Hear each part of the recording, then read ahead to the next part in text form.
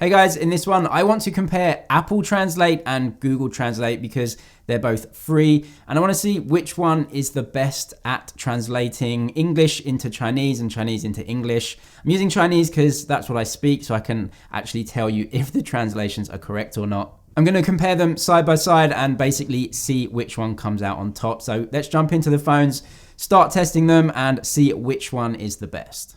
So when you get the apps open, they do look a little bit different. They both have the languages at the top, which you can touch to change, and then just a big bit underneath where you can put your text in if you are writing. On the Apple Translate app, down at the bottom, you can press that microphone to start speaking into it. Google Translate has more options underneath, as you can see, camera, handwriting. There's more to do on the Google Translate app. But as we move through to the settings screen and languages, yep, tons of languages on both of them. You can download them onto your phone on Google. You can also do that on the Apple Translate app when you choose the language. Something different on the Google app though is that it has a settings option down in the right hand corner. So if you actually click that, you can clear all of your translation history, but also there are regions for the speech. So when you're speaking into it, you can actually choose the region that you're from so it can better recognize your accent. I think that's pretty cool. Not to say that the Apple device doesn't have it, but you can't specifically choose it. Whereas on Google Translate, you can choose these options in the settings, and that isn't an option with the Apple Translate app. So on Apple Translate, what you have to do is just click the enter text basically, and then you can start typing. Something cool that I found is that it gives you both of the languages in this option at the bottom. And when I switched to the different language, it switched to the actual keyboard for that language, which I thought was really, really cool and intuitive. On the Google Translate app, it didn't do that. You can see me switching through the languages at the top, but the actual keyboard that it used stayed the same, and you had to change it yourself. Not a massive issue, but you can see you can actually just type the wrong language into the box. When English is chosen, you can type Chinese, for example, and it obviously can't translate that. So yeah, not a massive deal, but just something I thought I'd point out between the two in terms of how intuitive they are to use. So let's start with our first actual translation. We're going to type a very simple sentence. Both of these should translate it really easily. Something that you might say if you're on holiday or something. So I'm lost. How do I get to this building? And the building I've named is Ping An Building, which in Chinese would be a building that you would see.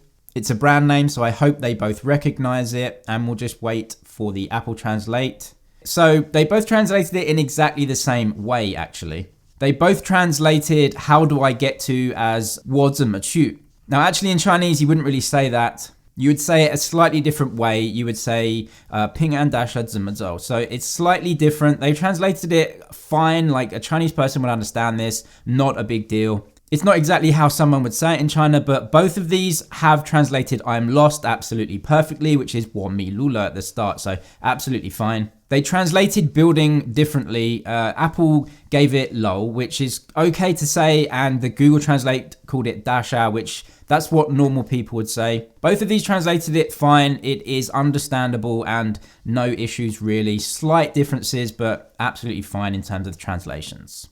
So you have some options when you translated something. If you want to use that phrase again, you can press the favorites button on the Apple, you can see here, and it comes down into that favorites tab. So it's really easy to just jump into that. And in that favorites tab, you're going to have recents as well. So even if you haven't favorited it, you can definitely still see that in your recents. Same for Google as well, it's just in the middle. So you can just press the star, favorite it, it's gonna be in there. But if you don't favorite it, then it won't be in your favorites. But as you can see, underneath the main translation page, that's where all your history will go once you have history. So slightly different ways of doing it, but you get all the same information on both.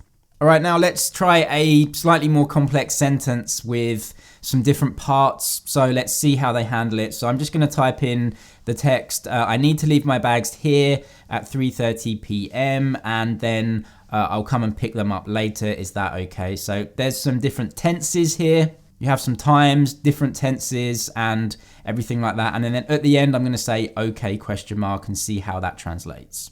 The Google Translate app actually translates it in real time as you're typing, which I think is pretty cool. You don't have to press enter and it already starts to translate the sentence as you're typing it. So an interesting difference is that they actually translated the word bags differently. So Apple Translate actually just translated it to the word bag, which is bao in Chinese.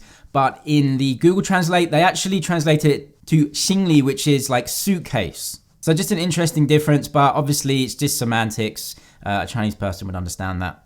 The time portion, so until 3:30 p.m., they both translated exactly the same. Then the next portion of the sentence, which is I'll come back to pick them up. Again, they both translated it exactly the same. Then at the end, the okay question mark, Apple said how ma, which is the question particle, so that's fine. On Google, they left out the ma, which is the question particle, but they did translate it with a question mark, so I guess you can say both are correct. On Apple Translate, you can actually touch each part of the Chinese and it will come up with a dictionary below and you can sort of get some translations for it, which I think is a really good touch. Can't do that on the Google Translate. Right now, let's try some phrases and see how they do. So I'll just speak a phrase into both of them. I'm lost. How do I get to Ping An building?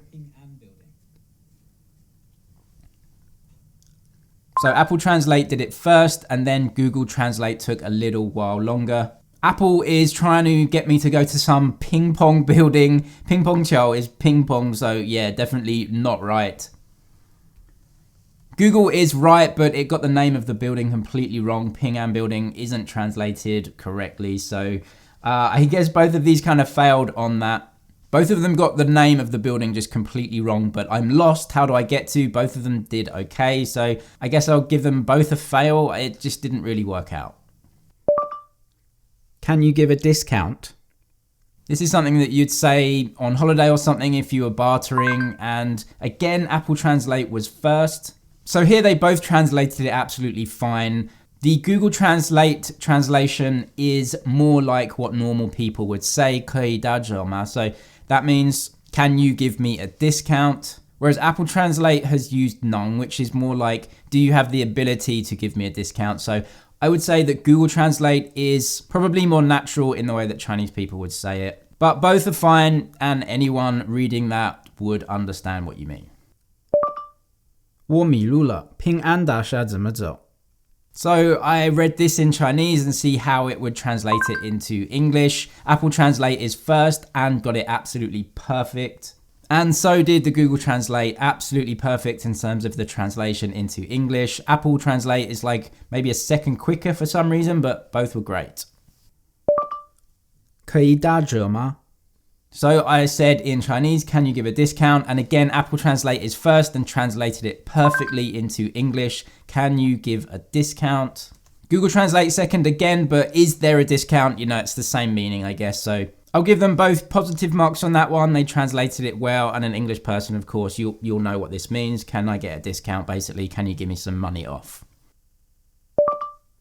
我们要去东南西北. So in this one, I gave them both a metaphor, basically. 我们要去东南西北. It means we can go or we will go to the east, south, west, north. And it's a metaphor for saying we will go everywhere. And so both of them just completely failed on this one. They both translated it literally. So they literally translated it to we're going to the southeast, northwest. That obviously isn't the meaning. It's a metaphor. And they obviously just don't have the processing power or the information to turn actual language into the meaning that humans actually mean it to have. Anyway, I hope the video was helpful. If it was, please give it a thumbs up, subscribe for more, and I'll see you in the next one.